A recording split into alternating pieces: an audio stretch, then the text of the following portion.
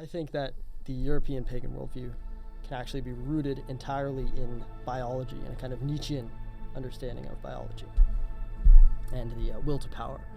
So if you start off from the understanding that all of life has a common nature, and that nature is fundamentally growth, which is what Nietzsche called the will to power. It's this expansive instinct. Whether it's people or trees, everything grows, and that's what life does. It grows physically, it seeks to expand, to dominate. The European pagan worldview actually starts with this implicit understanding, which Nietzsche, I think, kind of picked up on. Because the highest virtue in the European pagan worldview, of course, is to strive for excellence, to reach your maximum potential, that you're beautiful, strong, you're elegant, you're noble. That's the hero, who is the Aristos. And this is a common idea across all European pagan branches, the Achilles or Volsung, the Norse heroes. And when they do that, they strive for glory, for excellence. They strive for the sky and to be illuminated in memory so that their name does not fade. And what also strives upwards, plants, trees also strive towards the sky, and that's where the daylight father is. Sun Max. Zeus, yes. Who would have literally been called the daylight father. So really? Nice. Yeah, I mean, that's what the name means, like Zeus, Jupiter. We'd all be like soul bras then down on Earth. Yes. Yes. So then, in that case, life basically strives upwards, which is against gravity. Mm-hmm. And, Nietzsche says, let us kill the spirit of gravity. That's because in the earth is where dead things go to die. That's the house of death, where Persephone goes each season until she is reborn. And so life is literally striving against death, while gravity pulls it back down towards death. Okay, now though, for growth requires consumption. Yes, okay. So to grow, we have to eat, we have to kill animals, and that consumption requires the killing of other life forms, usually, whether it's plants, whether it's animals. And so that adds this kind of dualistic aspect of life. There's this all-devouring aspect, and there's this aspiring aspect. And all of the European pagan stories are about a descent into nature, which is all-devouring. Whether it's Achilles, custom is violated, he goes on this rampage, he ignores custom and law, and then he returns to it. Or Odysseus is at sea, where there's cannibals, there's all sorts of craziness, everyone's eating each other, and then he returns home and restores law and order. That's kind of the archetypal Indo-European story. And so what's going on there is you have the correct ordering of nature, so that the devouring aspect is subservient to the striving, the growth aspect, the will to power. And so you eat stuff, but you do it to get stronger and more beautiful. And the opposite of that would be the devouring aspect on top, which is like Kronos devouring his children, where the devouring aspect takes over. And Kronos is devouring his own children, or sacrificing children to Moloch or something like that. But Zeus overthrows Kronos and restores the cosmic order, which is understood as kind of excellence on top and this devouring aspect on the bottom, this kind of cosmic tree. So that was what I wanted to lay out to you. Quite a rant. It's good. I actually, a lot of the thoughts fired off in my mind as you were saying all that stuff. So yes, I like how accurately I'll reflect exactly what you're saying here. Yes. I'm not too sure, but these are things I've been pondering myself. So from what I get you're trying to say as well is that within biology, you see the construction of these early religions that you would say in the European myths. They're very connected to the clear observations of biological processes and realities, and it's almost like poetic. They're probably the reason why they come across so poetic is it's so grounded in reality, whereas later Abrahamic religions tend to be a little bit more abstract and maybe pull us away from that and get our metaphysics all abstracted so they don't connect with nature as much. In some sense they're against nature. I see that on a fundamental level, but I guess the thing that went off most directly in my mind is thinking about the question of the problems in Nietzsche's metaphysics. I've gotten in trouble with this before, talking to people like Ervol and some Platonists and stuff like this. And I've often speak to Christians, and I often speak to people about this problem of base Nietzscheanism, whatever it is. How does this become persuasive? How could base paganism, how could any of this stuff actually be something people take serious? Because it's all a kind of LARP until people actually take actions based on real moral convictions. that actually influence their lives. Like all of it is just intellectual, all of it is just playing around with words and concepts and stuff until it's like becomes very emotionally real. And I noticed with a lot of Christians, often when you're speaking to them, they'll come to this final sensation or sentiment or feeling that the reason why Christ is so persuasive, the ideal of Christ is so persuasive, is that the world is it's actually very pessimistic. The world is very tragic and broken, and there's something about this world that is inherently devouring and monstrous, which is nature. And I actually often equate it to veganism, which people don't like at all, but I often do because I think it's a very easy way to see the psychology of what's going on here, where if you look at like the simple tragedy that you have to eat animals every day, you have to be the devourer yourself, you have to in order for you to exist and to persist in life, you have to like have a steak every day, and some poor cow has to get like, you know, sawed up and cut up, and for you to live. So for you to live, death must take place and you must devour something. And it's quite easy for you to rationalize that away and become unconscious of it and pretend it's not happening. But if you become honest about it and think that 3 meals a day you have to participate in a monstrous, murderous devouring of some other animal in order to exist, this very quickly brings you to, it red pills you. It very quickly forces in your face a tragedy, which is that there's a lot of suffering in this life and you participate in it. And so the response to this, I think, is where things become very interesting. I think when people say stuff like sin, they are kind of referencing this inherent tragedy. This is the same tragedy, I think, our ancestors, when they're hunting woolly mammoths and they'd kill one, would, you know, feel its body as it's dying and experience the tragedy that they just took a life in order for them to exist. And that was mentally tough on them. And so they did things like ritual animal sacrifice in order to stabilize this. And I think something like Christ or Christianity and the sacrifice on the cross comes as an extension of this, where there's this need for us to make peace with the tragedy and the pain and the suffering through this religion, through this sacrifice. But it's very pessimistic because it says that the world is full of sin, the world is full of tragedy, the world is full of evil. We participate in suffering. Animals are a very narrow example, but in a broader sense, even like, you know, how we hurt other people or exploit other people is a very common part of life. And this tragedy, Christ redeems us from it. Christ goes in and he gives up his life, and it's kind of like God saying, like, I get it. And the core idea here is God is almost in some sense coming down in the body of the victim, so all of us can relate to the victim, and then we become conscious of the tragedy, and then that's apparently going to make it better, this type of thing. Now, I've often wondered, because that's very persuasive, I think that almost anybody who really engages with this is very emotionally moving. As Jung says, like, you have to let Jesus Christ break your heart in order to individuate. But then there is something very compelling about Nietzsche, because that's what I just described there is almost like depressing and anti-heroic or something like this. It's like pulling you away. So I was banging on about Jesus. Yeah. Back to Jesus. Yeah. All right. Okay. So the lamb, the sacrifice. The lamb, and then the concept I constantly get when I speak to the people like Christians and everything is, and I sympathize with this a lot. I emotionally feel this very heavily, but there's a lot of tragedy in life. If you like, it's very easy to talk about this stuff intellectually, but if you ever deal with a death or you come across like a suffering animal or a suffering person, it emotionally hits you, it moves you. Now, the next question is then, all right, well, what is the seduction of the heroic pagan thing in contrast to this? And this is what people really, really struggle with, because Nietzsche is proposing a different moral way of feeling reality and a different moral way of feeling suffering. And so my suggestion is the idea almost of something like the UFC. I think it's a simple analogy I can use, where if you want to become the champion, the Conor McGregor, in order for you to participate in that, you literally have to enter into a hierarchy of pain. And all along this hierarchy of pain, as you climb up to become the ideal, the hero, the Conor McGregor, the champion, the Khabib, if you want to become this guy at the top, in order for you to get there, you literally have to climb basically upon dead bodies. You have to go into this like samsara, meat grinder of maximum amount of suffering. You have to actually embrace suffering on first principle. It's almost like the complete opposite attitude, where you go in and you say, I'm going to go in and I'm going to like go into my gym. I'm going to have people come into my gym who want to become the ideal like me. We're going to fight each other.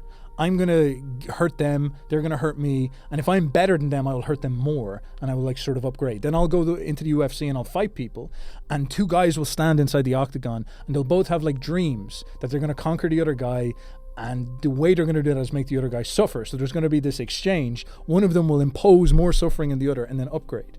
And in order for you to like keep upgrading, you have to create this system of suffering underneath you and like wrangle and climb until you get up to the top. And the ideal man is in some sense the one who is hard enough, strong enough, capable of overcoming more suffering and causing a large amount to other people. Now this is like the predator opposite way of thinking. Yet at the same time, think of how emotionally heavy and intense it is when you see a champion. Like, they're unbelievably compelling people because they are in some sense like masters of the pain. They're like the devil in samsara, and they've made it. And there's something very there's a huge gravitas around this. I speak specifically about a champion. They have like a golden magical aura around them. Like, I remember when Conor was ripping up, he had this just almost like light aura coming off him, like a heroic ideal. He was a hero. Khabib, John Jones over here in America, you see this type of like aura come off these people, and it is because there's something that's justified in becoming that good, becoming the heroic, becoming the ideal. And it's very felt. It's not abstract. It's not, you don't have to intellectualize it. Like, it's actually felt. You're around the presence of these type of characters and you feel it. But there's a completely different attitude, because they have to almost, in some sense, cast aside the victims and willingly impose suffering and willingly take suffering and embrace it. And then the fundamental idea is that once they reach the top, the heroic ideal, that allows them to justify all the pain, including the pain they cause to others. And the people who fail become sort of like the sacrifices to the ideal themselves, which is like very nasty. It's not very empathetic, but it actually has its own coherency in a sense. It's not respecting of all. It's not like everyone gets a tryout medal for participating. It's fundamentally zero sum. But the thing that gets crafted out of it is something very ideal, like a hero, something that's been forged in pain and is perfect in some sense, or has overcome, if you so will, this type of thing. So that's a big rant in its own way as well. But that was what was going on in my head based on what you're saying. Yes, that's good. I would say yes, but because that is often how the pagan hero is portrayed in the Iliad. Let's say Achilles, for example. But when you actually look at what's going on, that doesn't seem to be what's happening. It doesn't actually seem to be like a quote-unquote Nietzschean right of the stronger ethos. Because the plot of the Iliad is basically there's a violation of custom. Agamemnon, the top general, top king, takes the concubine of Achilles, our hero. And Achilles really likes this concubine. He's very attached to her. According to the text, she loves him too. Who knows? And this is a violation of custom. And this starts a chain of violations of custom, which end in Achilles letting another man fight in his armor, fight in his place, which is no good. His bestie, Patroclus. Patroclus is killed, and this is when Achilles, custom is completely shattered. And custom is like the proper ordering of nature, which prevents things from just being all devouring. Because in nature, everything's eating everything else, basically. That's what's going on in nature. And custom is what prevents that from happening. And so when that's shattered, Achilles goes on this rampage. He's slaughtering people. He's chasing them down and cutting them down from behind. One of Agamemnon's sons begs for mercy, and he just kills him. So he chimps out. Yeah, and then finally he beats Hector, and Hector says, "All right, you got me. You've beaten me, and I know you're going to kill me, but grant me a proper burial." He's appealing to custom. And Achilles says something like, "There are no pacts between lions and men, and there can never be any peace between wolves and sheep." And what does that mean? He's saying in nature, the sheep cannot appeal to custom. It's just devoured by the wolf. And, there can be no pacts, no customs, no burial rites in nature. And so he kills Hector, and then he drags his body behind his chariot, desecrating him. But that's not the end of the Iliad. The end of the Iliad comes when Priam, Hector's old father, comes to Achilles' tent and supplicates himself in a customary way, because the host-guest relationship was very important in the Indo-European ethos. And he gets down, he grabs Achilles' feet, and he says, "Please give me my son back so I can bury him in accordance with custom." And they both break down in tears, and it ends with Achilles having a moment of mercy, and compassion, where they're both crying together, and then he returns the body and gives into custom, and also kind of gives in again to his own mortality. So the chimp out ends. So the chimp out ends in mercy, and that's why Christ on his own is actually very kind of in alignment with European paganism. Wow, interesting. So I think there's another interesting angle though. I think that Christ on his own actually fits into this worldview as the sacrificial victim. But you have another thing going on there, which is the whole Abrahamic thing, right? The backdrop of Abrahamic theology, basically, and metaphysics. And the real root of that was with Zoroastrianism, which kind of broke off from the main Indo-European idea, again, which is the proper ordering of nature, so that it's not all devouring. That's what the emphasis is. And another interesting thing is when Agamemnon takes Briseis, Achilles calls him a king who devours his people, because the king is supposed to feed his people.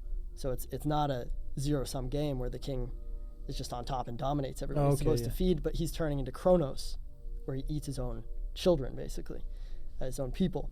But anyway, the Zoroastrian split. You had this split in the conception of order versus chaos, right, where you have this constant struggle of order and chaos.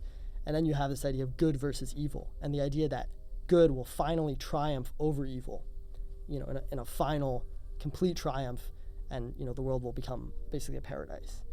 And this seems to have influenced Judaism and Old Testament religion. And what's interesting, though, is that the Israelites were in contact with the Canaanites, and they were the ones who were sacrificing children, it seems, to their gods. So they were worshiping this devouring part of nature as the highest. And so it's interesting to think maybe it was their contact with that which pushed them towards this kind of rejection of the world, right? You see that here are these guys putting their babies into the fire to their god, and you think, this world is messed up. It's not supposed to be like this. Maybe once it was perfect, and now it is fallen and horrible, and we need to kind of withdraw from it or try to return it to this original state of perfection. What pops off in my mind with this is maybe shutting out a little bit, but so obviously what happened in Rome is you see the transformation, the ending of the Indo-European religion in some sense permanently. That was the pivot point, when once it was out of Rome and the church comes, Catholicism comes, it just swarms over Europe and dominates in pretty much absolute terms thereafter. And you see basically what you're describing is this old religion die off, which would have been, it's also interesting that that old religion never had a formal name. In the Vikings, for example, it was just called tradition. It was actually closer to the idea of worldview. It's probably like the way we would see science now, or physics. We just accept it as that's how the world is. It's very unconscious. It's not questioned per se. It's just an internalized way of looking at things. So that in Rome we saw that got murked basically, and that's the end of this. And I often wonder why Abrahamism, Christianity is so motivating to people. And I wonder, it's almost like a question of magic, like what you're saying with Zoroaster, like what you're saying with this idea of castigating all of nature as maybe chaos and proposing this formal good where in the future there's going to be this war and good is going to defeat evil, truth is going to defeat untruth. Is that actually a very naturally motivating way of looking at life? It might not be true, but it's naturally motivating. And the more pessimistic idea that we're in this sort of custom-based samsara, and we set up custom and tradition in order to control samsara and forge out of it this little space of order, that's probably more wise and more natural. And maybe that's what the Indo-European religion was like, an ancient suggestion that hold on to traditions because that's what's formed the hierarchy around us. And Achilles is like a individualist libertarian jumping out of the tradition bubble in order to chimp out a little bit and let his anger out, and obviously he has to get absorbed back into it. And it's something like Zarathustra really just jumping. So we've got this bubble of the Indo-European tradition that protects us from the devouring chaos of nature, and Zarathustra in some sense jumps out of that entirely and creates a new bubble that is proposing that there's going to be this constant permanent defeat of devouring nature, and we're going to wage a war. The point of our culture is to wage a war against this nature and attack it and conquer it. I actually, what I'm pointing at here is that this psychological metaphysics versus this very traditional stick with custom, pull back into nature, set up your boundaries and your guards against nature. This is like a very this is super trad way of looking at things. And the sort of psychological opposite I have here is this almost like transhuman futurist way of looking at things, where it's like nature's a problem, custom and tradition is just a cope that gets us to stay trapped within nature. The same way as like it's actually like Prometheus, you know, the same way as like the humans have to stay sacrificing to Zeus and the gods because that's just custom. And then you have this Zarathustra, Prometheus, almost like Yahweh as well, Marx even suggesting that we actually need to wage a revolution against this circumstance. We need to assault nature. We need to create a moral condemnation of nature and go on a crusade in order to overcome this. And this is naturally very, very inspiring to like the young revolutionary spirit within the idealist within inside a lot of us. So I like look at this and think to myself, in Zarathustra, where you see seeing the flickering of like futurism. Jason Giorgiani would love this, by the way. He'd be like, yes, they've arrived. I call him up, get him on FaceTime. Yeah, we FaceTime him is right. And then does that make its way into Judaism then? Because then Judaism is proposing like, the Marxist utopia in the future. And then you see it obviously in Christianity. Christianity is like what is the most motivating part of Christianity for a lot of people? It's things like revelations, the prophecy of the end times. It's all prophecy. It's a prophecy-based religion.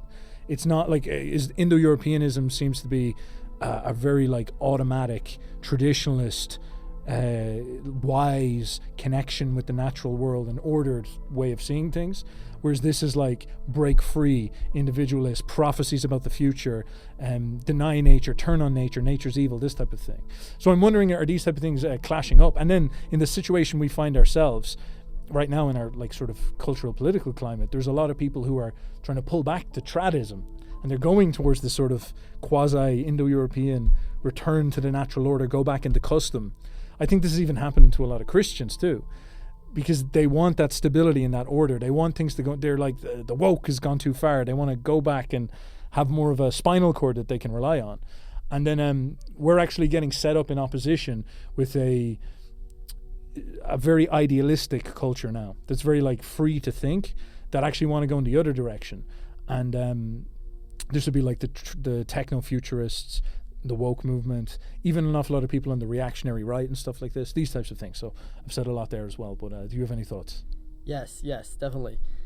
Back to what you brought up, I guess, about salvation and like motivation. I think that you could reframe it in a different way as well.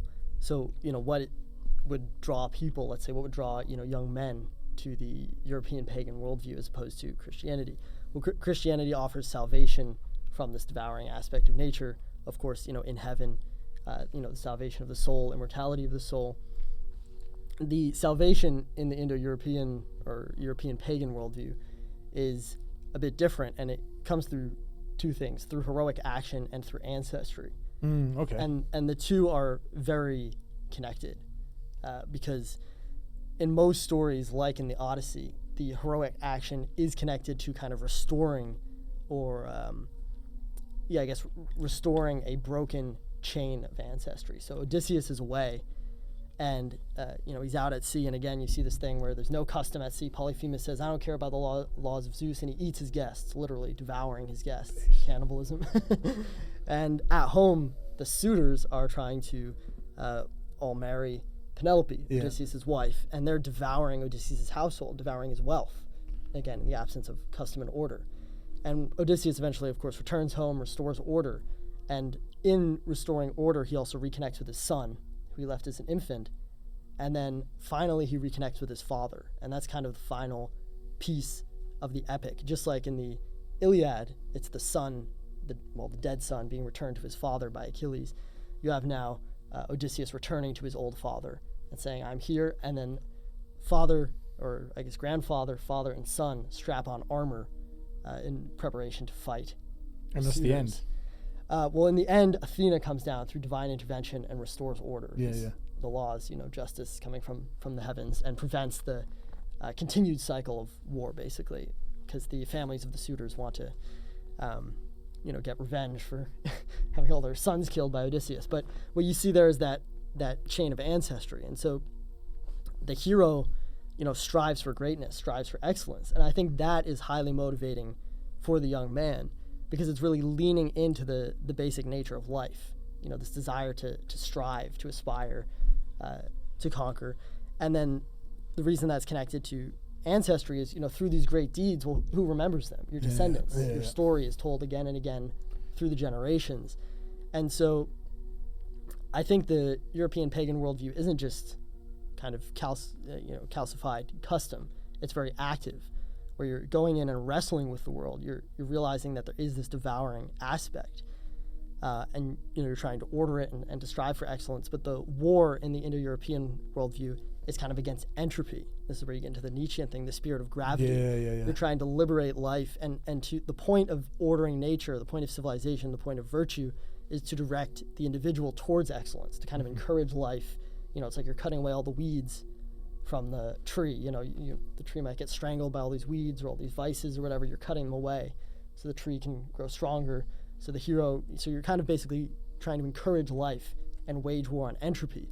Whereas in the Abrahamic view, it becomes a moral war, having to do basically with suffering. You're kind of waging war on suffering. Oh, interesting. Suffering rather than waging war on entropy, it's good versus evil. And that really just means, trying to avoid inflicting suffering and the guilt that comes with inflicting suffering, which I think can lead to a withdrawal from the world. That's a very fascinating way of articulating that. I can actually see that moral metaphysics appear in our world, because if I think about the sort of quintessential reactionary world feeling, if you will, which a lot of us are very unconscious about, we look at you look at that infrastructure of USAID's NGOs. And I'll talk about Ireland because it's the most immediate thing to talk about. You see all these IPSA centres and stuff like this, and you see all this enormous amount of funding flooding into these greedy boomers who just want to cash in on basically destroying the future by elevating housing prices and keeping the GDP up and doing all these mad importation projects and all this, just so they can cash in a couple of $1 million to go live in Spain and have a holiday. And it's like what in a weird way you would expect it to be some type of war. You think you're in a war against evil, and we have this sentiment that we want to think that there's crazy conspirers at the very, very top doing everything. Maybe that's the case, but in some sense, when you start to pull up the rock and look at the bugs moving around, what you actually see is almost as you said, an entropy seeping in. That there used to be an ordered society that had a sense of itself and had a coherency, that it wasn't just going to do stupid things like destroy the youth and kill off its potential for life and render the Irish essentially useless in the next 20 years. They're just a completely confused, destroyed nation. And so because there's no heroes fighting to preserve that order anymore, it's almost like there's no King Arthur to come up and stamp down authority and be there's going to be no fucking around here. All the greed is almost like these little mouths of devouring, they're like worms or something like this. They just start gnawing away at every aspect of the culture, and they just try to extract, they see a way to make money or value, and they start to suckle it out like a parasite. And if you think of this society, Ireland as this little body, this little entity, all of a sudden there's it's caught parasites and they're beginning to devour it, and it's starting to fall apart. And so the sort of claim, the feeling now, and I've noticed this with McGregor, standing up and saying he's going to do president and all this, I've noticed the sentiment is literally like a sort of Arthurian hero sort of saying to himself, all right, I'm going to pull the sword out of the stone. I shouldn't be using an English myth for this, by the way. He's going to stand up and he's going to be the redeemer. He's going to like an old Indo-European, cut the parasites out and re-establish order and re-establish that type of custom. So I can see that. And that's the sort of idea that you're constantly fighting against this perpetually. And then think of the opposite world feeling where people say what is the woke? What does it mean to be woke, if you will? And you see people like James Lindsay and Jordan Peterson sort of using this term woke right or something. It's just silly stuff. But if you think about the actual feeling of it, it is actually that exact morality that you're speaking about, where they look at they look out into the world and they see there's an enormous amount of suffering, and in every place that they find that, they try to eviscerate it, get rid of it, basically. So why is there euthanasia machines in Canada? Because they're trying to find a way to eradicate suffering. Like, it seems like a very strange thing, like suicide pods, you know? But the logic is actually very coherent and actually, in some sense, emotionally tragic when you think about it. They're trying to make death just a little bit more easy for people. And why do you see this constant attempt to like reform societies? It's to eradicate inequality, suffering, pain, social inequality, these types of things. And so it's like this attempt to morally transform the world, like Zarathustra, Judaism, Christianity, Marx, these types of things. So that's like a whole different sort of thinking, which I guess brings me to the kind of question that I guess a Nietzschean would have to ask, is that we have this Indo-European heroic restore order type idea that's clearly very based, as people might think, but it's very unconscious, I'd imagine. And then you have this liberated, almost like futurist, moral revolutionary idea that is, I guess you say, Zarathustrian, Promethean, Christian. Isn't Nietzsche more in this side, saying that this capacity to set up a moral goal is actually what we really need to pay attention to and take possession of, and not let it just be something that's aimlessly aimed at suffering? Like, we need to go through 3 steps. We start off unconscious, almost like the Indo-Europeans. We become conscious, but we do it in a cucked way with suffering morality. And then he wants to take it to the next level and be like, direct this not towards ending suffering, but towards creating the Ubermensch, basically, this type of thing. What do you think about that? Yes, I think so, but I don't think that would actually put Nietzsche in the kind of Christian camp, although maybe with a caveat. But back to this idea, I guess, of the spirit of gravity, right? That's what Nietzsche's waging war against, the spirit of gravity.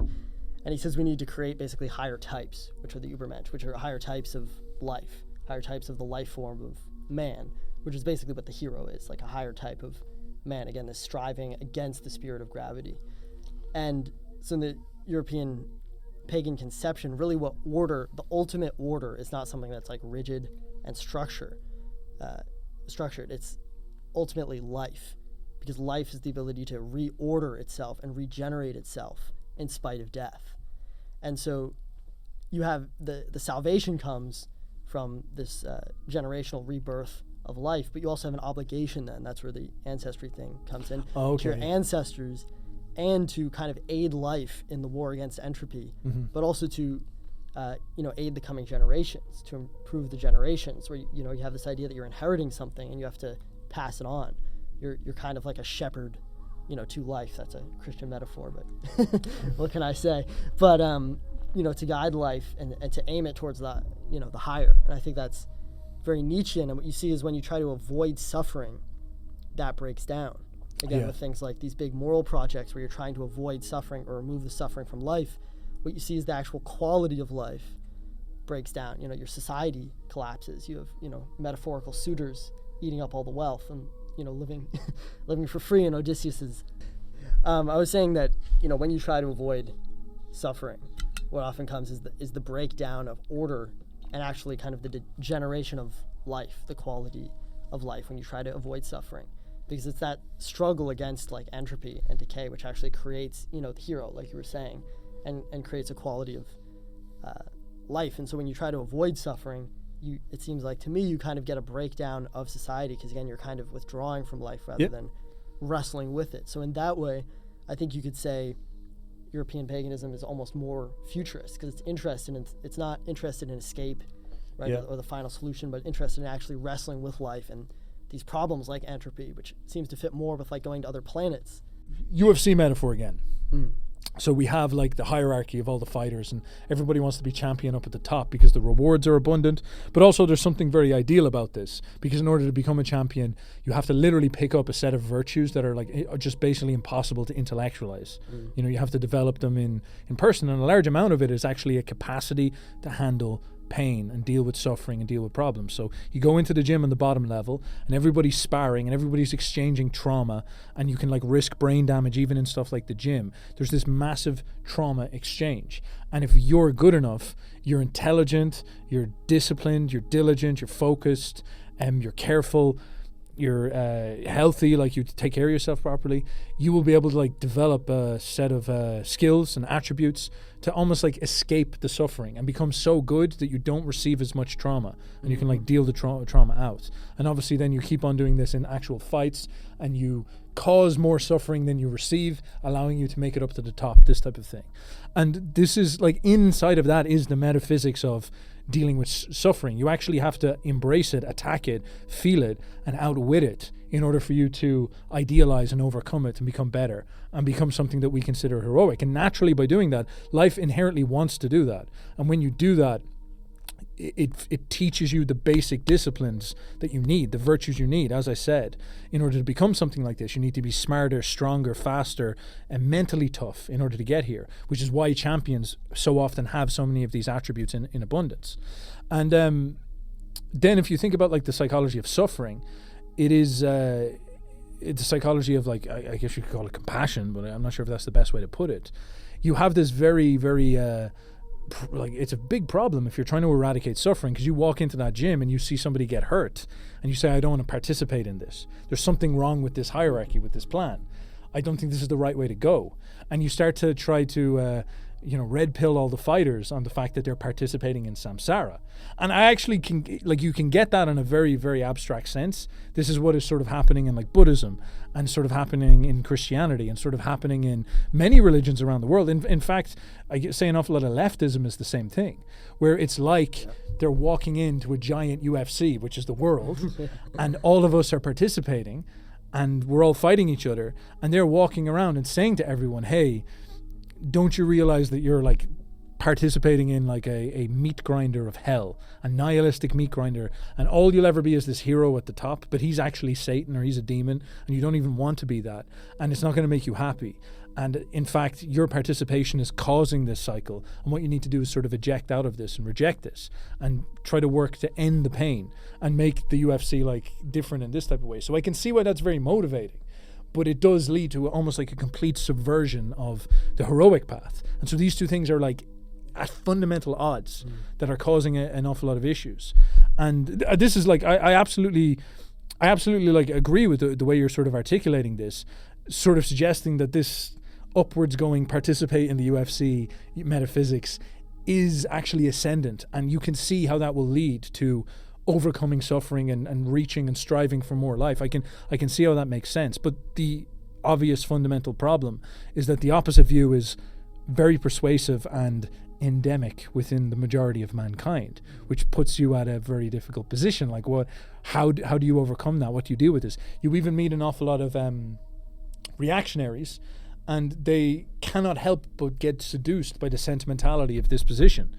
Yep. And like maybe you don't want me to rag on Jordan Peterson, but like, here's a good example of a character who stands up, proposes essentially this based trad traditionalism, return to custom, if you will, and it's a heroic, responsible young men return to custom, but he is in some sense through the back door shilling this suggestion that like the fundamental conclusion of all this is an embrace of this figure, which is Christ, which is the end of suffering figure, the tragic acceptance of the world as like fallen and irredeemable.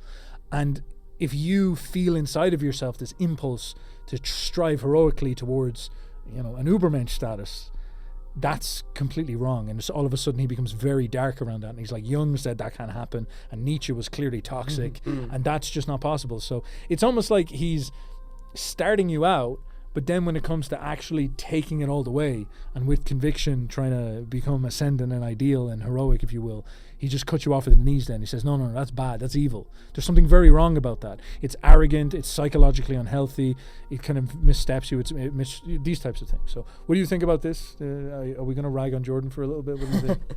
Yes, maybe. Yeah, well, a lot of reactionaries, the new samsara, right, is just modernity, right? And we have to retreat into tradition, and I think that's one of the problems with the European pagan worldview, is it might be very convincing and matches up with physics and biology, and it's psychologically compelling and traditional and so on, but then how do you actually bring it into modernity? How do you make it not an escape? And maybe we could talk about that, or just the paths forwards. But first I just want to shill a little bit more with this UFC metaphor. I think, again, it's not, the European pagan worldview isn't just the right of the stronger, and it's not just the UFC, but it's actually the rules of the UFC, right? Because the UFC isn't just chaos. You don't just throw 10 guys in there and they all try to kill each other. It's giving it structure, so you basically minimize kind of the harm. So it's like sportsmanship in a way. Right, yeah. But without minimizing the suffering.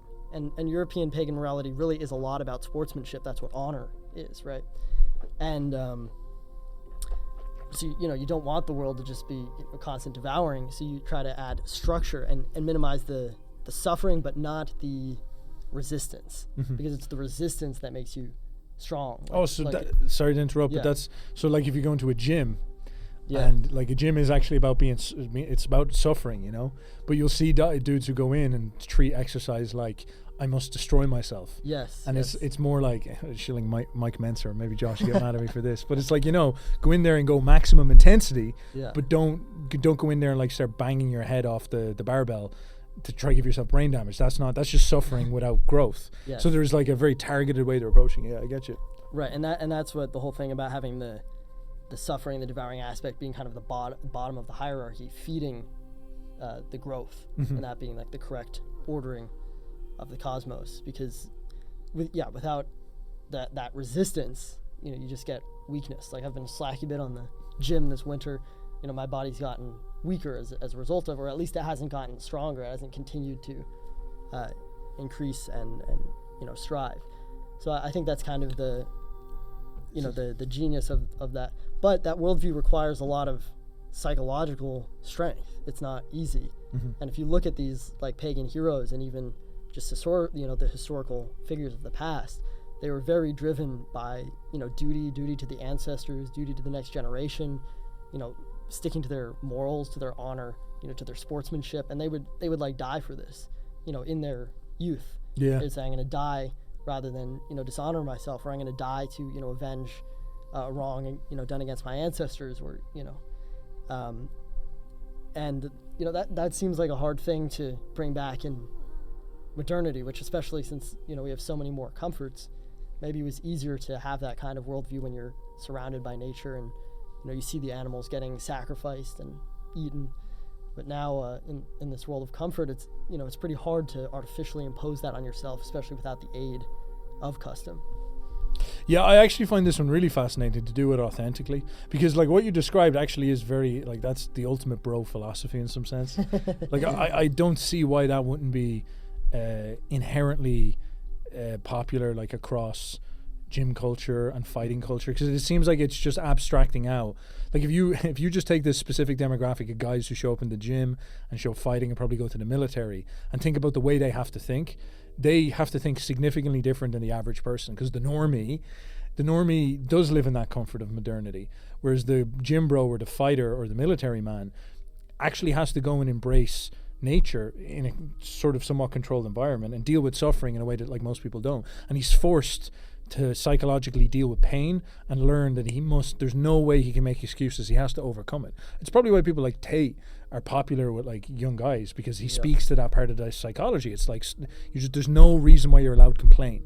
You're not allowed to maybe the reason why Jordan Peterson lost this panache is because he's like, I took benzos, like I took painkillers essentially. I took anti-anxiety meds, which is like, I wanted to end the psychological feeling of pain, which is not the right approach. It's like, no, you must have the mental strength to be able to cope and deal and take on just volumes of pain. And as Nietzsche said, have the spirit that can digest it. And so this is like very attractive, very seductive to people. Like it makes perfect sense, but is it authentic? Like that just sounds like David Goggins' self-help. It's like if we abstract out of that, it's like, why don't I just listen to David Goggins for this? And you're like, why? Like Josh is like, oh yeah, but you need to bring Zeus with that and Achilles. It's like, why do I need that stuff? And I don't know, maybe that's an interesting bridge where you can turn around and be like, no, Zeus and Achilles had a very sophisticated blending of all this stuff together, where you actually lift it up to the level of a religious spirituality if you go there. And these things actually are like coherently And so when you're wrestling with weight, you actually are, in some sense, metaphysically conquering the forces of the devouring beast. Like, that's a way to think about it. That's cool.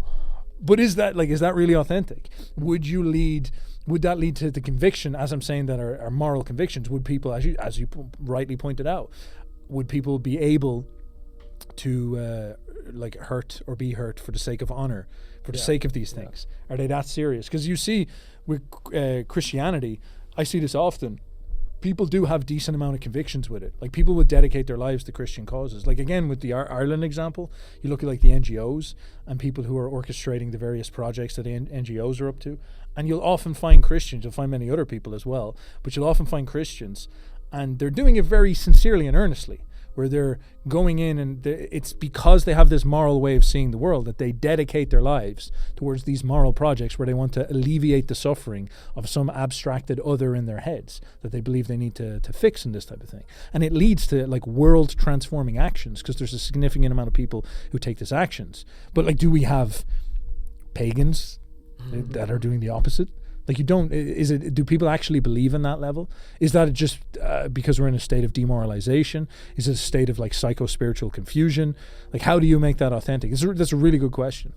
Yeah, I mean, it is, and I don't really have a systemic solution for it. You know, it's been personally satisfying for me, but to get like a complete picture of the worldview, like you say, that's holistic. Yeah. You know, with the morals, with the customs, with everything. I mean, there's so much nuance to it. You could talk about like the symbolism of the wolf. The Koryos ritual was a descent into that animal state where you embody the animal and come back, you know, out into civilization, having kind of wrestled with the wolf and internalized it. And you had all these, you know, rituals, you had customs, you had the stories ingraining it into you. You know, you had the societal expectations of, you know, sticking to your morals, to your honor, to your virtue, and we don't really have any of that now.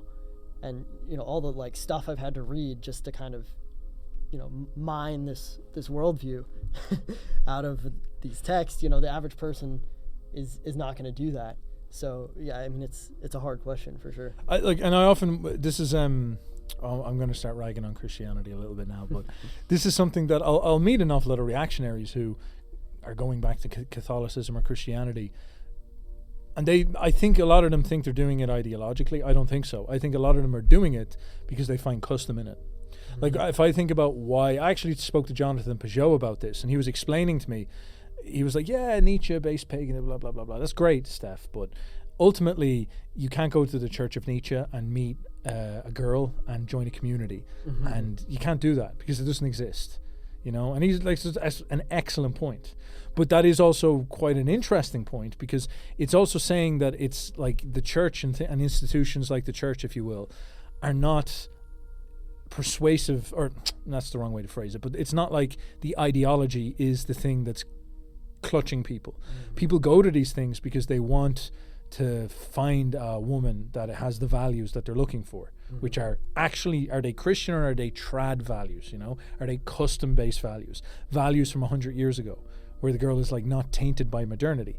So they're going to a church because they're looking for this. But this means that it's not necessarily any specific like denomination of Christianity that matters. The ideology and the theology seems actually almost redundant, because you could go to a mosque and get that. You could find some like a Garthan pagan, Astoral, Volk paganism in North America somewhere, and probably find the same thing, people who are acting traditional, and get everything that you're looking for, which is like a temple, a community within it, a set of people who have like traditionalized values in some sense, and you know, virtues like community and stuff like this. And once you have those, an awful lot of your instincts will fire and you'll feel pretty good about it, and that's usually just what you're looking for.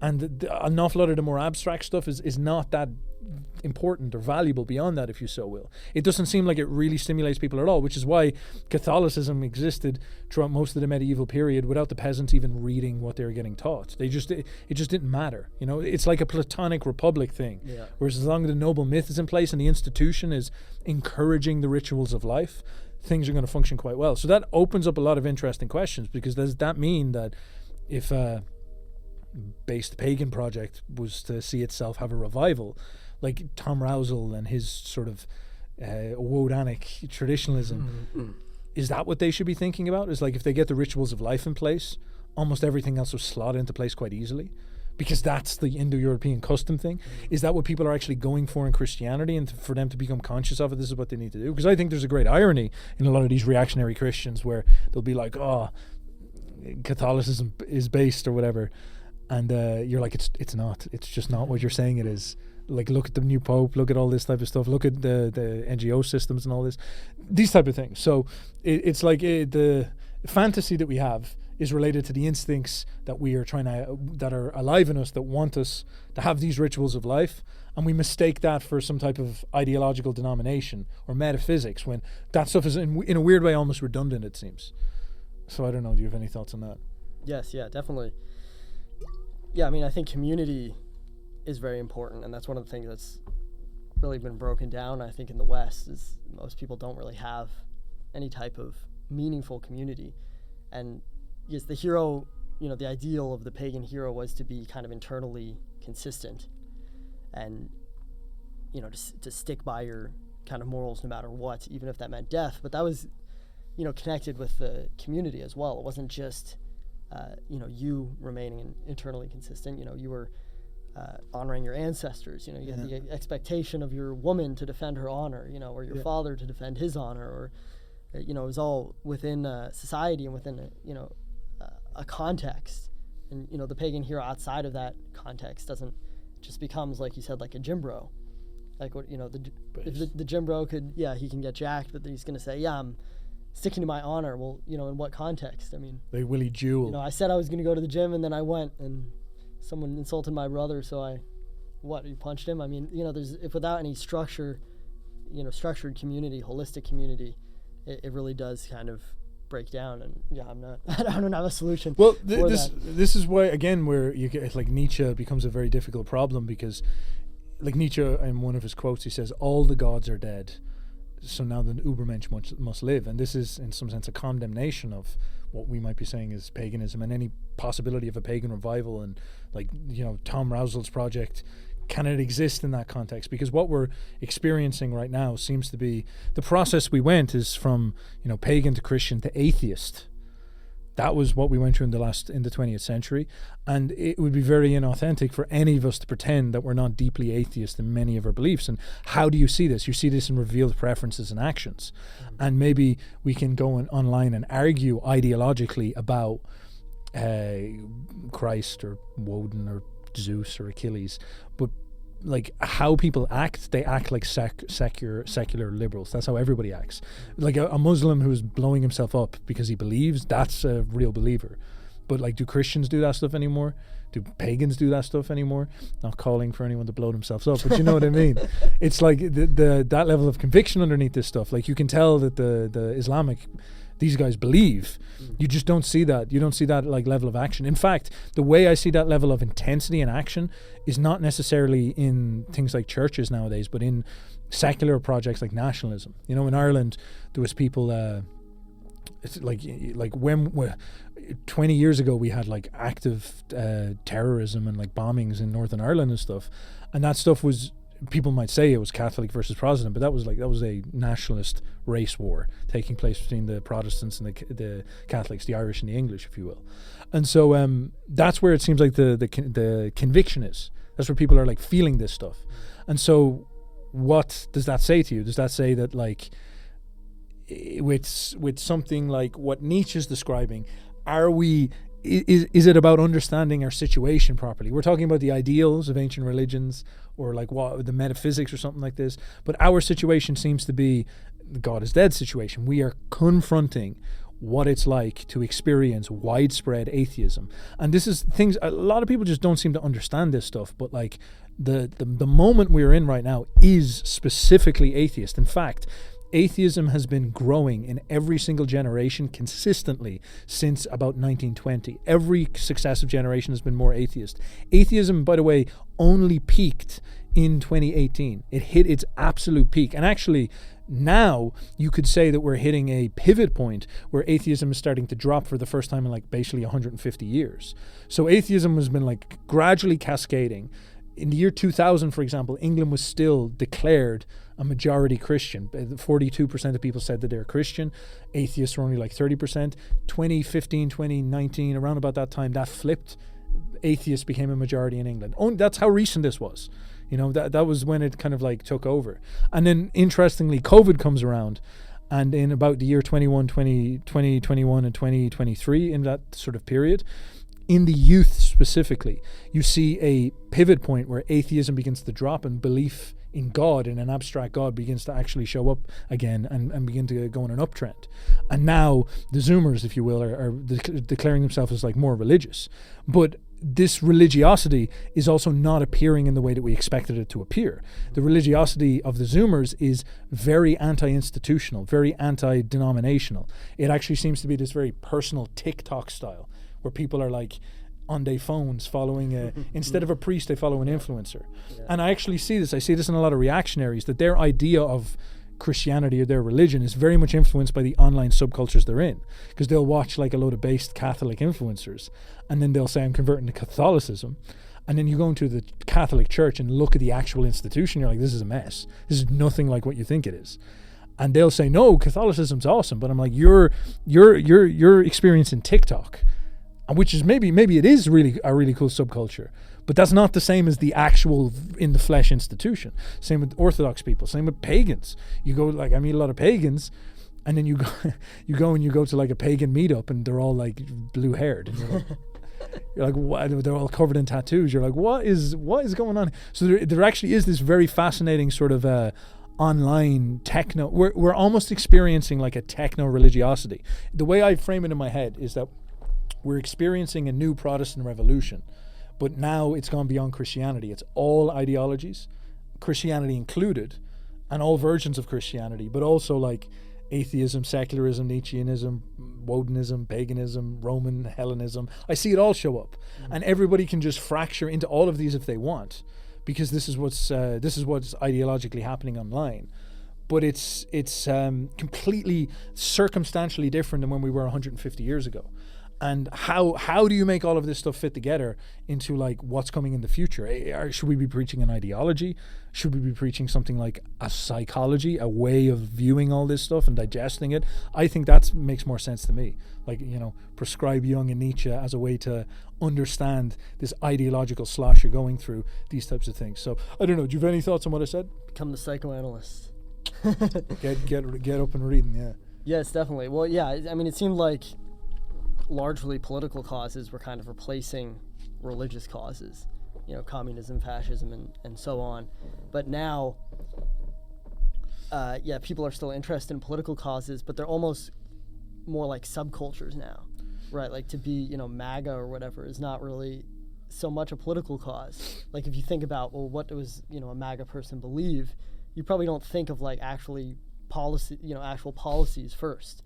You think of like cultural things, like what they do or what they wear or the kind of opinions they have or the kind of attitudes they have. And it almost doesn't have anything to do with politics. And same with being like woke or liberal or progressive. Yeah, I mean, woke is associated with maybe certain political opinions, but is it really like a political project? You know, it's not a political project like communism was. Yeah. Right? It's not unified. It's like a culture. It's almost like its own little mini religion or cultural religion. It's cult. Yeah, and what is driving people to religion as well is largely, you know, cultural issues, right? They're looking for traditionalism, or, you know, they're worried about, their traditional identity.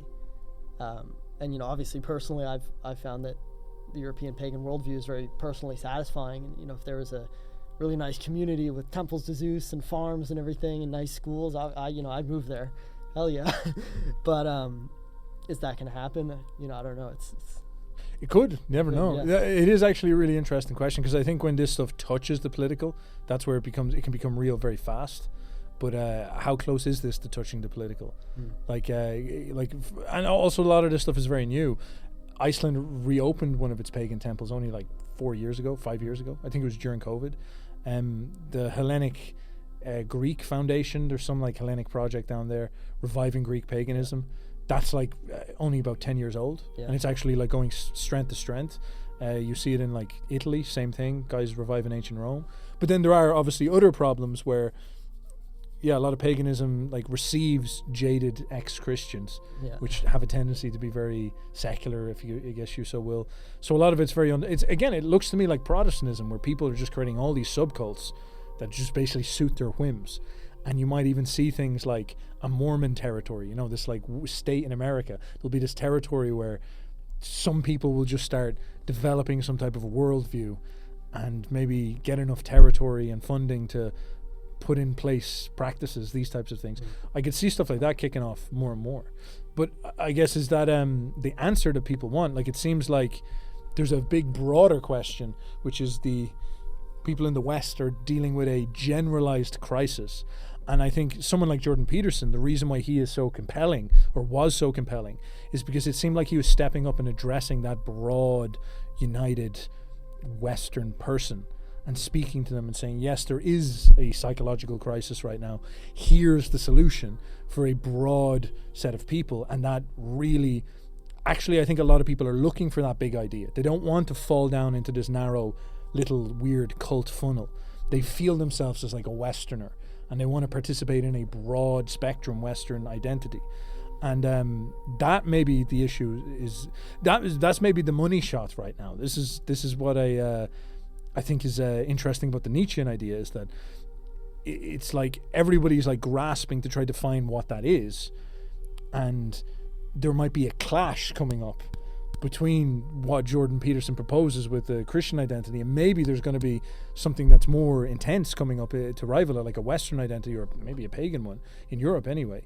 And does this mean that you're going to see that become authoritative? And how would that change culture? Would that be a big deal, something like that happening? So do you have any thoughts on that?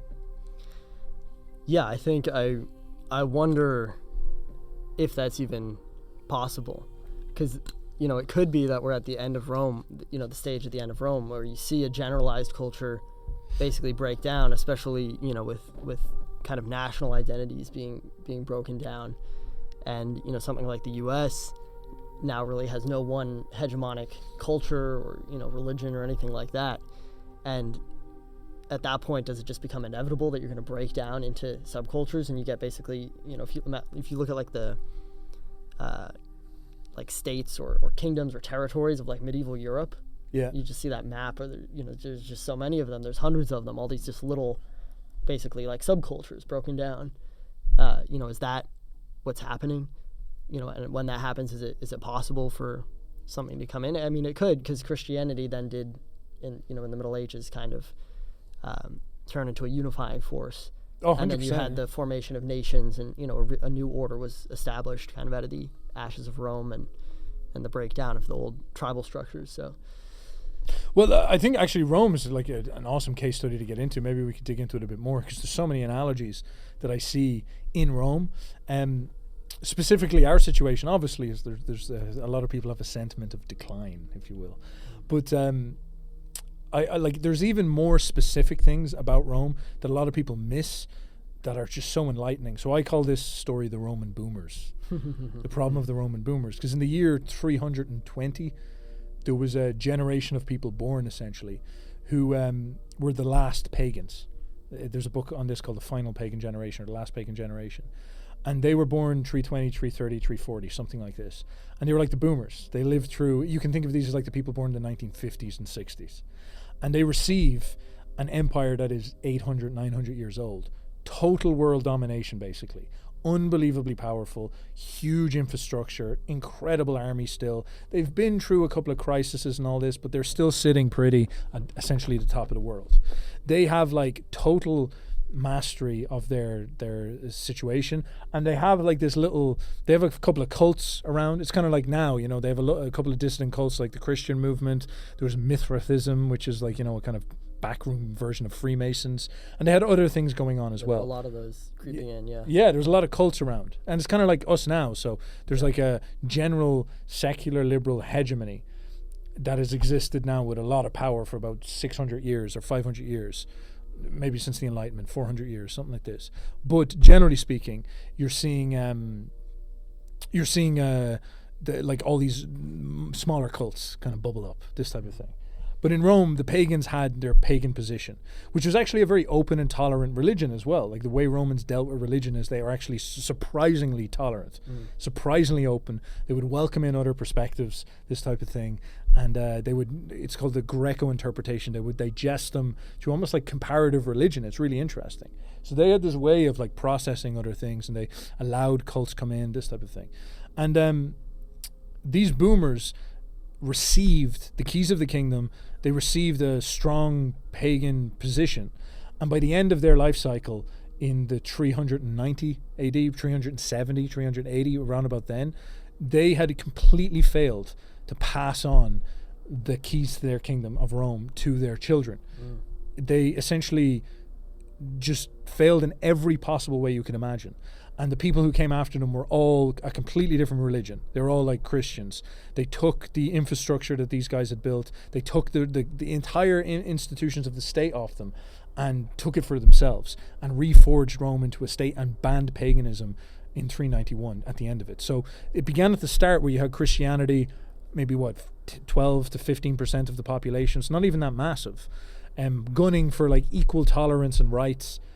And by the end of the century, they had not only conquered Rome and taken over its administration, but they had also banned its traditional religion that all of these boomers held as their religion. It's so similar to the architecture of what you see now, where it's like, is the woke movement trying to rise up and take Christianity and Western identity out and banish it and install in this new like woke thing? Or what Marxism did in Russia, where it took authority, banned Christianity, set up the League of Militant Atheists, that's the literal name of the commission, and like hunted people out for belief, this type of thing. So this takes place in Rome, and this generation, they simply, you look at like their records, this is what you read in the book, and they're just so clueless about what's happening around them because there's just so many things going on, and all their assumptions are about Rome is going to be eternal and everything's just going to work out in the end and it's all going to be fine. And they make all these similar mistakes where there's like loads of their sons and children who have this hippie-like feeling that Rome is this like heavy, annoying corporate force that they just don't want to participate in, and instead they want to go in the desert and study this new gospel and stuff like this. And so a lot of them kind of like tune in and drop out of the culture. And so for this reason, there's just this complete failure to create the transition of power between generations. Christianity comes in 391 AD, 19 years later, Rome is getting invaded by the Goths. It basically falls apart after that. And so you have this Christian revolution that takes place within the context of all of this chaos. Is this the situation we're in now? Is this where the boomers we have are just like going to completely fail? Is this a sign of just like mental, spiritual weakness in our people, if you so will? What is the sort of end result of this? Could you expect a second religiosity, as Spengler says, or is that's just not possible at this point? It's too demoralized. You should expect a sort of like falling into decadence, but nothing else, nothing more inspiring. Or is there this idea of like the Goths are going to come and it's going to be something vital and reestablishing things, this type of thing? Yes, my subscribers. Gather around. Yes. We've some candidacy. We'll be like Lord Miles talking about invading islands and stuff like this. Yeah, well, I think also what's interesting then is, of course, after the conversion, less than, about 100 years after, Rome fell and into a serious dark age. And, people say, well, the Middle Ages weren't that dark. But there for a while there, they were pretty dark. It was an actual dark age where we have very few records. And, basically people were just clinging to the shell of Rome and Roman culture and Roman and Christian institutions and just kind of clinging to that. And, the early kind of conversions to Christianity were very much conversions to Rome. If you imagine the United States collapsing, yeah, and you just have these various tribes, who are kind of in a cult of America almost, the cult of what once was, yeah, and they're just living in these ruins, like they don't even, who built these skyscrapers? It must have been giants, right? Yeah. So, it wasn't as successful. On the one hand, the revival of Roman paganism, Julian the Apostate, that was not successful. But on the other hand, the conversion to a new religion did not bring a rebirth. Yeah. And again, there was a kind of Christian rebirth, but that only came after a dark age when Christianity was kind of reforged into something new. The Renaissance. Well, the Renaissance then was a kind of rebirth of paganism. But I was just thinking, like, the later Middle Ages. Oh, yeah, okay, yeah. But, yeah, so right now, a lot of people are returning to Christianity. Is that kind of, Julian the Apostate's attempt? Is Jordan Peterson a Julian the Apostate? Is he attempting to revive, a tradition which doesn't work, and it kind of like reanimating a corpse, I'd actually pointed MAGA a little bit like that, and this is kind of heretical. I understand. I know a lot of people love Trump and all this, but you look at I look at Elon Musk and Trump, and I think they've lost an awful lot of momentum or energy in the last while, especially last couple of months, because when they first took power, obviously he almost got shot, and everybody was like, "Yay! Wow, he's the chosen one, divine mandate of heaven," this type of thing. And then he took power, and it there was a lot of energy around it, and it seemed like anything was possible. And there was the feeling that Musk was just going to delete the government, delete the government, and then just start shooting rockets into outer space and all this. Yeah. Trump is Caesar. Yeah, Trump's Caesar, this type of thing. And now it's actually gotten into it, and you're seeing a lot of these blunders. It seems like I speak to some guys who are very, very into this stuff, and they're very upset with the tariff thing, and they're kind of like, did they just ChatGPT a tariff policy and fuck everything up or something like this? And Musk seems to have gotten demoralized. I think Musk is kind of trying to step back from a lot of this because it's just so heavy. They tried to do the Doge thing, and instead of deleting the government, they just sort of said that the government's spending a lot of stuff, and then people just said we're screwed. Basically cancel a couple of things and save a couple of million, and it's guys, we're to the tune of trillions. I think one guy in the departments was talking, one guy in the administration to do with traffic control or something, air traffic specifically, went in saying that he's just going to cut all the whole department, and now he's realized how precarious the entire air traffic network is, and he's like, Musk, Elon, we need more money over here, because if we start cutting funding, planes will crash and stuff like this, And Musk even tweeted, he's like, if anybody's into air traffic control or they're retired, please contact us, and we'll because there's something like this going on. So it seems like there was an attempt at a MAGA, Julian the Apostate revival of the American century, the American ideal. They're trying to capture the early 20th century, and they actually got the foot in the door, and it's obviously not over yet, so I don't want to be too assumptive, but I am noticing that sort of feeling that it's like when Julian was trying to revise paganism, but he was trying to revive a sort of spurgy made up version, an intellectual version. And it wasn't suiting the mood of the moment, because the mood of the moment was all these Roman boomers who were kind of clueless and letting it slip out of their hands. That was the population at the time. They didn't have the virtues necessary they weren't Achilles, and so Achilles couldn't even be an inspiration to them, although I don't think the Romans would like Achilles, but he couldn't be Hector, and he couldn't be an inspiration to them. So if you know what I mean, there's I'm wondering, is this the same thing in our situation, where you're seeing that panache, that right? I see it in Ireland as well. I'm kind of ranting about this, apologies, but Ireland's situation, a lot of people in the right are very confused, and so they clutch on to MAGA Trumpism, and they use the same mental framework to present our Irish nationalism, if you will. It's like the cult of Rome, right? Exactly. And it's very you kind of have to sit down with them and be like, this sounds retarded, my man. It's just, they make a big deal out of Israel, for example. And it's just this is just politically very foolish thing to go into, because Ireland's very anti-Israel. And it's I understand. I just don't think you really care about it that much. You're just copying what you see in America. It's better just not to care. Just leave it out, this type of thing. But they're they cargo cult. It's a cargo cult, I guess you could say. They cargo cult what they see across the pond. And it's not even clear that that's succeeding as well. This is what's so interesting. So it is. It's there seems to be a lot of confusion. We're in that declining stage where a lot of this stuff is breaking apart. And I don't know, are we proposing pagan chudism as a replacement? What's going on? Maybe. And Julian too. He died in a campaign in the East. Have you heard the conspiracy about that? No. He was on a horse, I think, in Persia, was he? Yeah. Trying to do another, Alexander. He's trying to do an Alexander, and apparently one of the bodyguards he had was a Christian. Really? And he got skewered. Nobody knows exactly how he died. Apparently he got skewered by a spear. Oh, interesting. Here, something like this. That could be cope though as well. Well, I think though in this case the revival of paganism is really kind of an attempt to revive a kind of like American Christianity. If we're drawing analogies to Rome. Yeah. But what's actually appealing then about paganism, I think, is that it hasn't been dragged through modernity. And, a lot of Christianity, I mean, if you look at the church, right, it's been kind of cheapened. And what's kind of appealing to me about European paganism and the text, the culture, and I think to other people as well, is that it's, almost preserved the way it was, before modernity, right? Because it hasn't been practiced, culturally it's kind of continued, but it still has that kind of ancient power, and it feels almost a little bit alien, but in that way also kind of, exciting and ancient.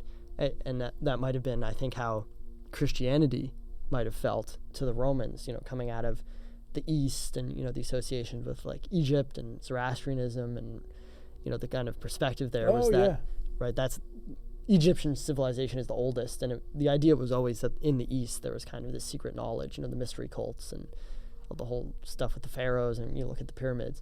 But in our case, to me, it seems like European paganism is this kind of, it's like novel in that way, and it has that kind of raw, power. When you watch like Eggers' The Northman, it's like, wow, this is kind of, this leaves an impression on me. I actually do think there's a very significant thing there, because if you think about the state of psychological demoralization in the West, it is obviously very specifically tied to a negative self-identity. Like, we're evil, we did terrible things in history, we should hate ourselves, we're ugly, we have no culture, we have bland food, this type of thing. Like, it's a very, like, it's either guilt-based or it's just like shame-based, and it's directed at your self-conception. And it's so funny, like, you see it all across, doesn't matter which nation you're from, Ireland, Portugal, whatever it is, this type of thing. And so is that like the Jungian shadow then? Because like, you have someone like Jordan Peterson who comes in and says, well, here's Christianity, this is the thing that will give you it. But he has this huge obvious irony, this complete blind spot that really like makes him sound very redundant and stupid and out of touch. He actually kind of sounds like an out of touch, like a 50-year-old now that doesn't really understand the tide of the times. Like, the youth are very clearly swinging in a heavy direction right now, and it seems like an awful lot of these, it feels like interlopers in their like 40s and 50s just don't get the mood of the moment. The conservatives are like really weak on this, and the mood of the moment is like really shifting. The winds are going really hardcore towards essentially like, very, very radical. And Jordan is like, all right, I'll give you Christianity, and this is the identity you should have in the West. And then he obviously has all these sentiments towards, Israel, and it's like their nationalism is based and the most powerful thing ever, and they're the most special people ever, and of course, they're very talented people, I'm sure. But the thing that's just so bizarre about this is that if you bring up the same sentiments directed towards the Western people and their nations, he immediately castigates that as like troll, demon, chud, evil, degenerate, living in the basement monsters. Like, so he literally like comes up with an idea that this is psychopathy.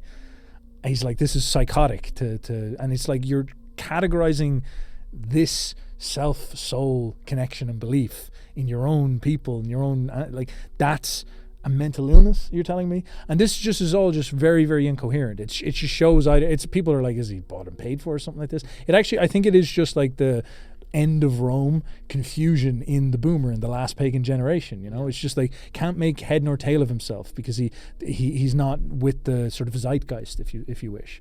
And so does that mean that the shadow inside of the one thing that he castigates as evil, the Jungian shadow, a Jungian who can't see his own shadow? How ironic. I'm sure that's always the case. The troll demon is in some sense the answer that he was attempting to hoist on the world, that he's in some sense kind of failed to do. And instead, it is about like reaffirming, like the troll demon must be affirmed if you want to think about it this way. And this leads us directly to this idea of the European pagan mythos, the identity that is not based on guilt. Nietzsche actually wrote about this in Genealogy of Morals. He points out that the master morality that he sees inside of like the Greek upper class, they specifically see themselves as the real, like literally the truthful. You could translate it as the real ones, the real ones, you know. And he's looking at like the way they self-identify. They point out that the people they conquer, they call them vulgar, or they call them the poor, or the stupid, or something like this, or the unfortunate. This type of language, and they would refer to themselves obviously as the strong, as the possessors, as the rich, the blessed, the aristos, which means like all of those things combined. The aristos, you're hot, you're sexy, you're noble, and the truthful, the reality, the realness, this type of thing. And so again, you look at this like the chosen people. You see it in Judaism, the chosen people, the chosen ones, the ones chosen by God. That's a very natural way. That's a healthy way to see themselves, but Jordan is trying to inoculate you into this idea that you must participate in religion that has that healthy conception directed at someone else, not yourself. And that just seems very stupid. It seems like it's like an inconsistency, a lie. And the big problem we have in the West is that we don't see ourselves that way. It's like a self-hate problem. And so if you just flip that on its head and be like, that is a healthy conception. What you see in Christianity and Judaism is a healthy conception, but directed at yourself. It leads you to paganism. I think it leads you there just very, very squarely. And then you become the center of reality. Like you Roman chuds. You're like we are the center of reality. Rome is the center of the world. We are the righteous ones, the truthful ones, this type of thing. And our reality, it's like orbits around us.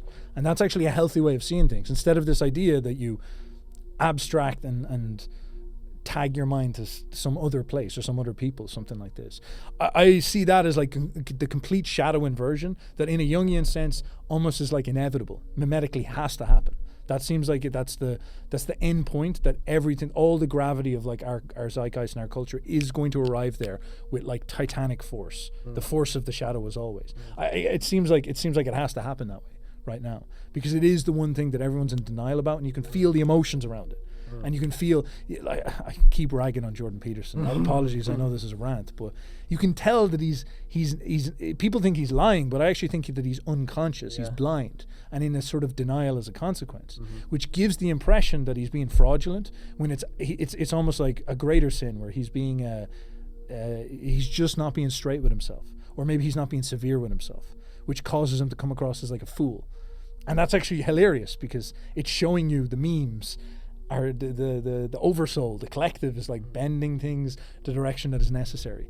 The inevitable destiny of the shadow is kind of dragging us there, you know? Yes, and the shadow, he always talks about Jung saying, what you need most will be found where you least want to look. And that, that's where he doesn't want to look. And it's receiving a savior from somewhere else and like outsourcing your salvation instead of wrestling with the reality, which is really your own messed up kind of inner state, and the state of your culture, your people, the messed up chain of ancestry or whatever it is, diving into that, and really wrestling with it, and that's the real shadow. But he's essentially, I'd say, and that's the shadow Jung was also wrestling with, in the Red Book. But that's what he's afraid of, and actually explicitly says needs to be suppressed. Yes. What he basically says is if you embrace that, it's going to end up like some kind of World War II thing where Odin comes down and possesses everyone, and they, go into a berserker frenzy. Yeah. Right. And but I think that also shows that there is a tremendous amount of like latent power there, as Jung said. And that's actually why Jordan Peterson was successful, not with pagan myths, but taking these Christian myths and even things like Pinocchio, things which, with the death of God, they'd become kind of dead and empty to us, and bringing them to life again. And, people were just, I loved it. I was captivated. I was like, wow, there's meaning here. This is actually, this thing which seemed like it was dead is alive, but there's that whole pagan shadow waiting there, to be ignited. That's a great point. Like, I actually, we're going to talk about Jordan's career now, but like that is true. I was the same. He had the aura. He had like this very captivating energy because he was stepping up in a very dangerous situation and asserting something. And it's not just like, you see a lot of political commentators and they're like talking about culture wars and woke people and all this, and that stuff's like really trite and annoying. It's very hard to listen to, and it's not very like emotive, But he was going a level beyond that. Like, he was talking about the big ideas. Like, he was talking about the titanic questions about like, what is our religion? And how do we interface with suffering? And he was making it really celestial, And for this reason, it was really moving to people, and it captivated me in many ways as well. And he was digging up to the grand foundational ideas, not just like petty politics. In fact, every time he stepped into petty politics, he shot himself in the foot because he shit at it, And then he had that energy because I think people wanted that. And this is what I find quite surprising. I really think New Atheism had the aura in the early 2000s. I don't really remember it, but people say to me that it was actually like a huge energy on the internet, the early internet, it was a big thing. And then New Atheism died essentially at Jordan's hand. He was the hammer of God. That's true, yeah. Like 100%. And the energy moved over to him. I literally think now that he's actually reached that point where he's become the new atheist. And it seems like something new is coming. And I actually see it in two ways, because like a lot of Christians say that like he's a fake Christian and they're taking it in the right direction, which I completely understand as well. But then there is also this sort of like denial of the heritage identity. Because you look at like everything he speaks about, he talks really coherently about Mesopotamia. He talks about like obviously Christianity, talks about Judaism, Sumeria, Never Egypt. mentioned Odin. Never mentions never mentions Irish myth, Greek myth, Roman myth. No. Never mentions Woden. He talks about Buddha. So that's really bizarre. Like, it is actually very, very strange, isn't it? Yeah. There's a complete denial of like that mythological world, which is probably one of the best documented in the world. And instead, that's just deleted. It's like it's banished from the unconscious type thing. It's just like, all right. And like all these other ironies about like he then has this nationalism, like boomers often have it, but he can't feel it for himself because he'd feel guilty. So he like projects it onto someone else who he considers are fair to feel this way. And then obviously there's all these like these really heavy, bizarre psychological categories that are put on himself and put on Western people, where it's like, this is evil, this is troll dynamism, this is crazy, this type of thing. So it is that's a huge blind spot, huge shadow, and it actually tells us an awful lot about where the world is right now and what probably is going to come next.